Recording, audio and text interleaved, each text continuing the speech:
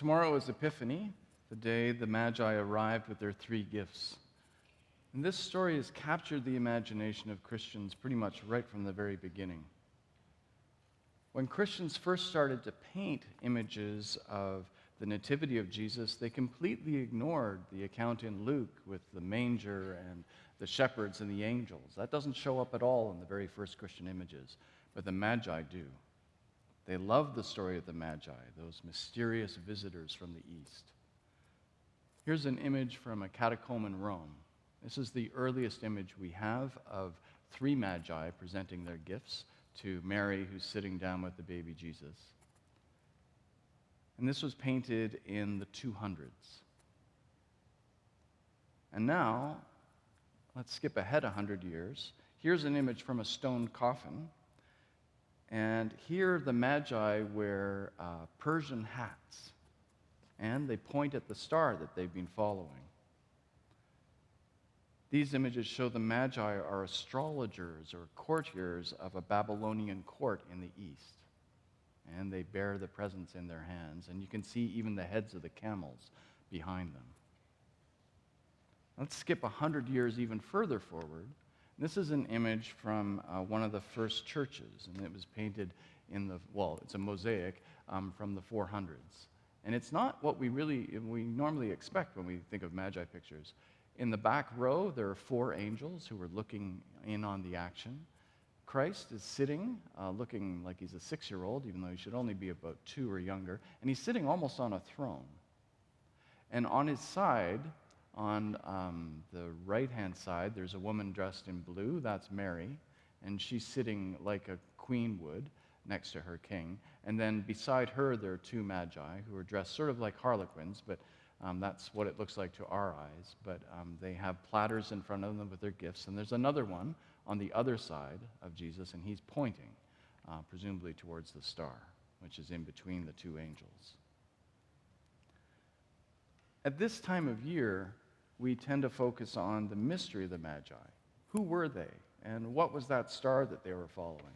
And every Christmas, there's speculation about, was it a conjunction of planets or whatever, and who were the Magi anyway?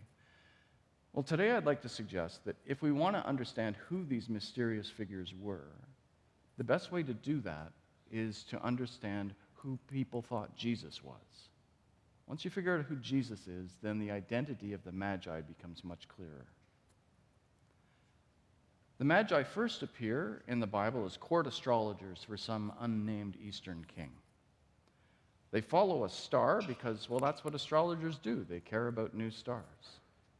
They think that stars are important, and new stars are rare and extraordinarily important. In the pagan world at that time, so 2,000 years ago, any star that moved through the sky was associated with a god.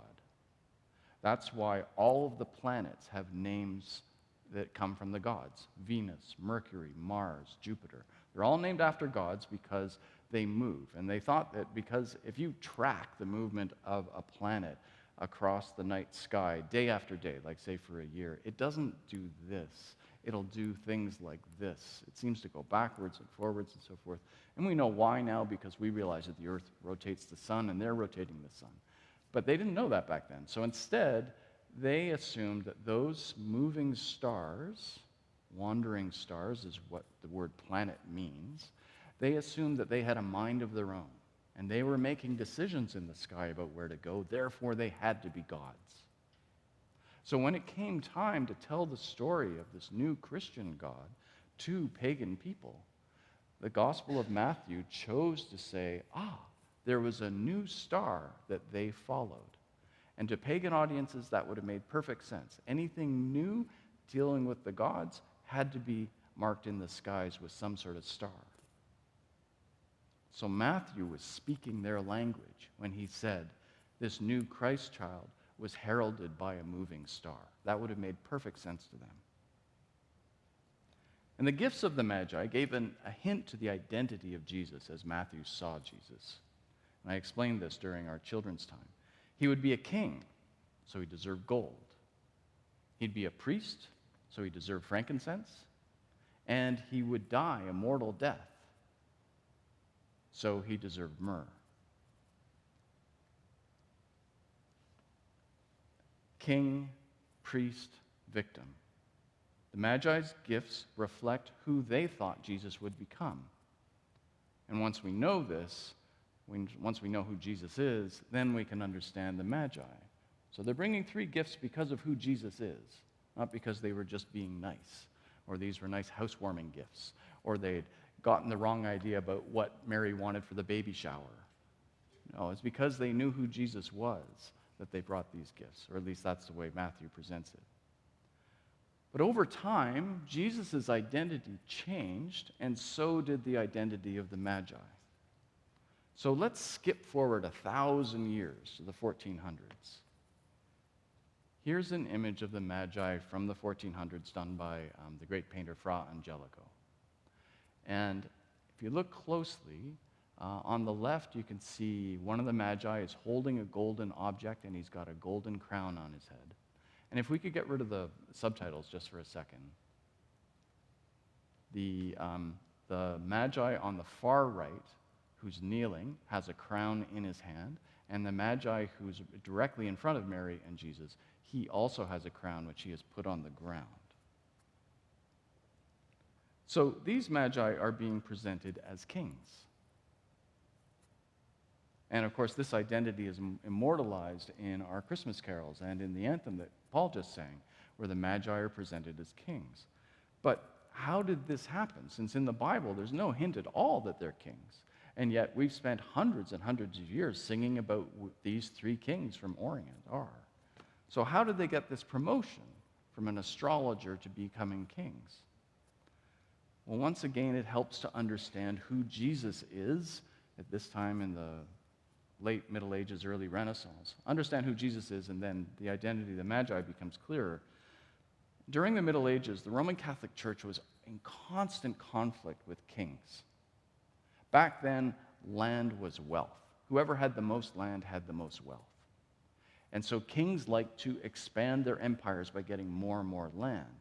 But pious Christians like to give land to the church. You know, we ask you for stocks and bonds and bequests. They asked for land. And so they would get larger and larger abbeys and convents with lots and lots of land and lots of fields. And this put them into constant conflict with kings, because kings wanted that land, and they would go out of their way to name the local bishop so that the bishop would give them land back. So they were constantly bashing heads about land. And the other thing was that the Christian church believed that Jesus was the Prince of Peace, and they took that seriously. So they imposed rules on the kings about how often they could wage war. Now this may, we're used to Christmas ceasefires, right? Back then, there were days of the week all through the year when you couldn't wage war. And you couldn't wage war through any of the days of Advent or Lent. So it was actually hard to wage war. You get to fight for 2 days, and then you had to take 5 days off because the church said so, and then you got to fight for another 2 days. And then, oh, geez, here comes Advent. We're going to have to take a month off. It sounds nonsensical to us, but the church imposed these rules, and they had enough clout that they could actually follow through on it. So there's this constant conflict between what kings wanted and what the church wanted. And so the church instructed the painters to depict the Magi as kings. Let's see the next image, please. And those kings who came to see the Christ child would bow down on the ground and kiss the Christ child's feet. We didn't see that in the earlier images. They would stand and bring their presents like this. But now the church was saying, nope, make them kings and have them bow down and kiss the feet of the Christ child, so that every king will know that they are not as important as the King of Kings, who was this baby who was born. So it was a political maneuver where they said, you kings are not so important because he's the King of Kings, and so that's why you should listen to us. If you know who Jesus is, then you can figure out who the Magi are. Now, this tension between states and the church and states and Christian values continues right into our day. 4 years ago, on January 6th, an angry mob laid siege to the Capitol building in Washington. at the urging of the outgoing President Donald Trump.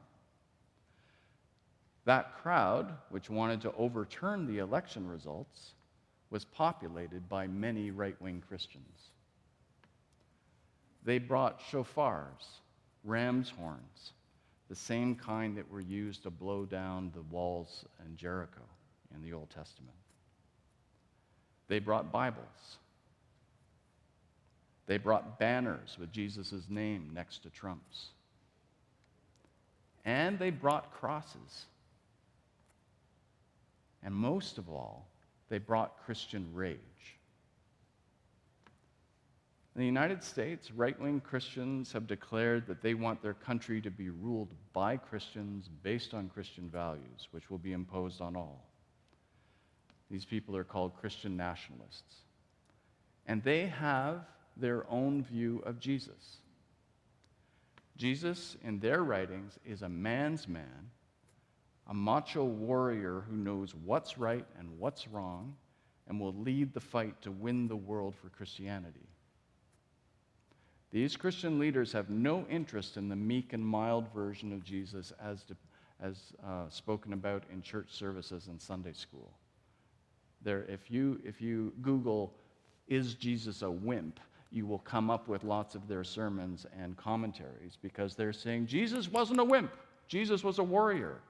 And the way they justified that is they point to the writings in the book of Revelation, where Jesus does indeed come back with an army, and he lays waste to the world. It should be noted that that's the very last thing Jesus does, and it doesn't apply to now, but they like the idea of Jesus being a macho warrior, so they pull that up. This angry Jesus, who wants to tear down the worldly order on behalf of Christians, is the one who Christians brought to Washington 4 years ago. Those insurrectionists could be considered our modern Magi, MAGA Magi, if you like. They'd come to worship and install warrior Jesus. And now in 2025, with Trump ready to return to the White House, he has promised to pardon everybody who was arrested and doing jail time for what happened 4 years ago. The Magi story keeps changing because society keeps changing. When people believed that the stars were gods, the Magi followed a star. When human beings thought they could be all-powerful as kings, the Magi became kings. Now, wealth is all-powerful.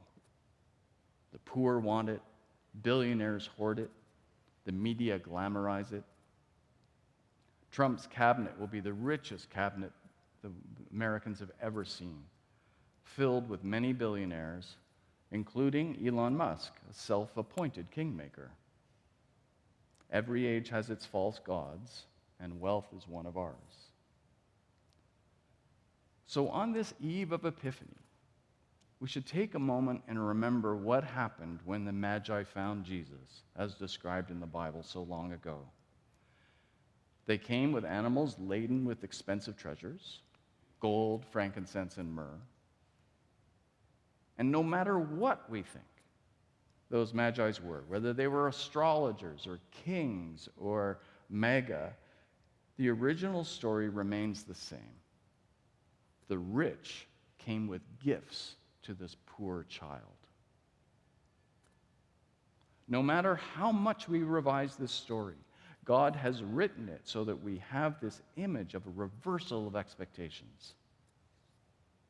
The story of Jesus, which is always our story, it's always a story of who we can be, the story that we are asked to live into, it begins with wealthy strangers showing up, bestowing gifts on a poor child. The story of the Magi only appears in the Gospel of Matthew, and it's pretty much right at the beginning, chapter 2. Near the end of his Gospel, in chapter 25, Jesus tells his followers, he says, any time that you helped people who were poor, who were sick, who were prisoners, you were helping me. So Jesus asks us to imagine his helpers, his followers helping people, bringing things to them.